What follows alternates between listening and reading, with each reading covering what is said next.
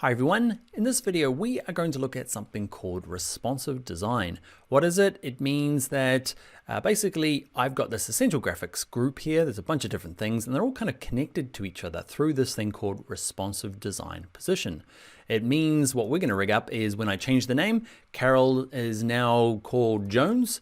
Can you see it expands both the box underneath and the logo tags along with it as well. That is responsive design in Premiere Pro. Let me show you how to set it up. Okay, so we're going to create that lower thirds. We're going to do it on this one here. It's co-working 3. See if you can find it. It can be on any of them. Doesn't really matter. I'm going to do it over the top of this one. And I'm going to go to my Essential Graphics panel. We're going to go to Edit. I'm going to add some text. Okay, and I'm going to pick a font. You can pick any font you like. This one's going to be called, she's called Carol Smith. That's not her name, but let's just pretend it's the name for her. We want to add it as a lower thirds. Okay, so I'm going to move it kind of down here.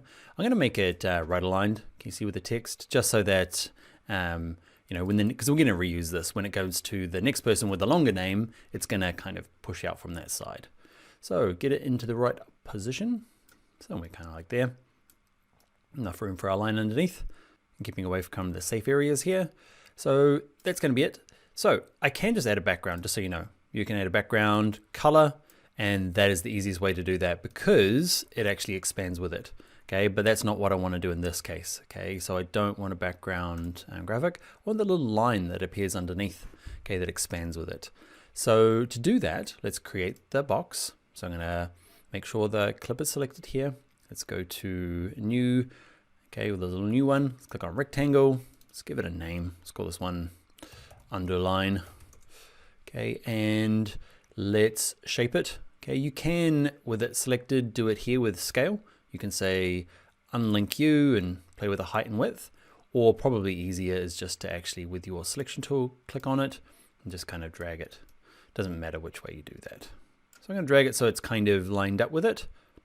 There you go. So I want that to kind of expand and contract along with the text that's in there. Because at the moment, nothing changes. If she changes her name to like hyphenated Smith Scott, okay, it doesn't come along. So what I need to do is have the underline selected and to say, I would you like to pin this to not the video frame, but to Carol Smith, something else in my little group. Okay, so Carol Smith. Okay, so it has to be in the same Essential Graphics one. That's why we've added it to this original clip here. Okay, so there's 2 of them in here. We say align to Carol Smith. How? In this case, I want it to be the left and the right because I want it to stretch left or right. In this case, it only really needs to be left or right. Let's put both of them on. I don't know which one it is. So now she changes her name to, oh, make sure you click in here. Click in here. Now when she expands, she's now Smith Scott or Smith Olomu. That's how I spell it. Smithy. She could be Carol Smithy. Okay, can you see how it expands out? Cool, huh? That is that responsive design one. Okay, let's go back to this and let's say that we want to add that logo to it, but we want it to track this. So instead of like stretching, let's add that logo that we saw before. So again, got my clip selected. I'm going to add a new from file. It's going to be that same logo for that co-work. This is not a real company. I just whipped up that thing to make it feel like a real logo, a real company. All right, and what we're going to do is I'm going to select it. I'm going to get it in the right position and size. Now we're going to make this smaller. Okay, smaller is fine. In the last video we looked at vector. You can't make it bigger. It won't get blurry getting smaller. Okay, so you don't have to resize it in this case. So if you are producing the logo, just make it ginormous and you can resize it smaller as you need. So how big? It's just like a little hint down here. Get it in kind of the right spot. That's what I want. Turn the opacity down a little bit. There we go. So at the moment, it doesn't expand. Okay, so what you can say is you can say, I want the logo to pin to the Carol Smith or the underline. Doesn't really matter because they're all coming along for the ride. And I want it to attach not both sides, because if I do both sides like it did, okay, it will, watch this, see stretch. It's not what we want. We want to say just logo, I think just this left-hand side. Let's give it a whirl. So she goes back to, she's a breakup with Mr. Scott, and she's now back with Carol, just plain old Smith. Can you see? Comes along for the ride. Awesome. One thing we will note is Depending on how you've built yours, you might get pretty crammed to the bottom like mine is. And what we can do is we can say, okay, the logo needs to go up a little bit, or up a little bit. Okay, then the underneath needs to go up a little bit. You could do it that way, but one of the nice things you can do is this kind of complexity over here has a purpose. A, to confuse us, and B, so that instead of just doing the position on individually, we can grab the whole vector motion, okay, and grab the position and say, actually go up a little bit. And it wouldn't matter whether you did it there or under your video motion position. Okay, it doesn't matter in this case. Just give a bit of space down the bottom. There we go. Nope, got my in and out point still set. That's why it jumped there. Okay, come back. Give me a little preview, please. All right, it just appears. Let's animate it. We're going to do a simple bit of animation and then turn it into kind of a template. So what I'm going to do is I want the entire thing to fade out. I'm not going to individually do this. You totally could.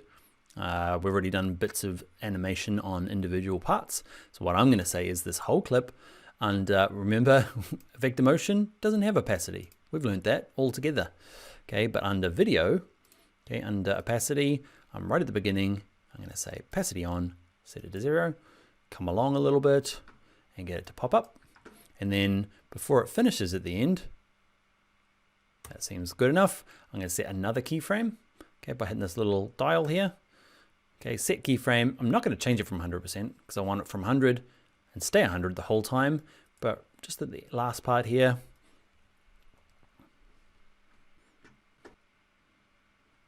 jumped around.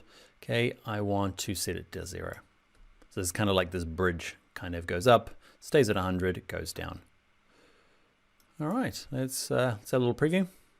Plays along for a little bit and fades out. Positioning's not quite right, is it? Best get it right here before we go off. I think I did the position under motion just so that, because we're going to set it to a template. We don't have to adjust this every time. So get this all perfect how you want it. It's probably all going to need, at least Carol Smith is going to need a background shadow.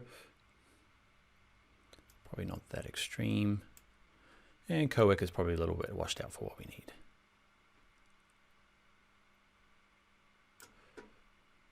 All right, so we've got it how we want. With it selected down here on my timeline, let's turn it into our very own motion graphic. Okay, so let's right click it. Okay, and we're going to say export as motion graphics template. Okay, so we've done all that animation. We want to be able to reuse it. We could just copy and paste it, totally fine. But we're going to export it as a motion graphics template. Okay, we're going to give it a name. I'm going to call this one my lower thirds for the project for co-work. Okay, I'm going to put it on my local folder. You can send it anywhere you like. Okay, I am going to add some keywords. Nah, co-work should get me everything that I need. Lower thirds. Click OK. All right, and we can now either just copy and paste this one. That totally works. If you copy and paste it and your source patching is on the wrong one, okay, I'm going to move it up to V2 so that it pastes on the right track. Okay, I could go through here and say, okay, this person here is not Carol Smith. This is, I don't know, Judy someone. Okay, oh, look at that responsive designiness. Or if I open up a brand new project, untitled, stick it in my delete me folder. I've got a delete me folder just to throw junk in that I know I can delete. I've already got one. New project. Let's bring in a bit of footage. And the old thing, color correction A is going to work for me. I'm going to make a new sequence from it. Okay, and I need the lower thirds, so I can go into my graphics essentials, go to browse. I'm looking under my templates, and I can type in co-work. There it is there.